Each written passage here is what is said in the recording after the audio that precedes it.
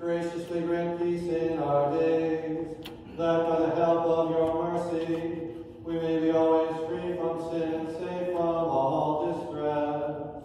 as we await the blessed hope and the coming of our Savior Jesus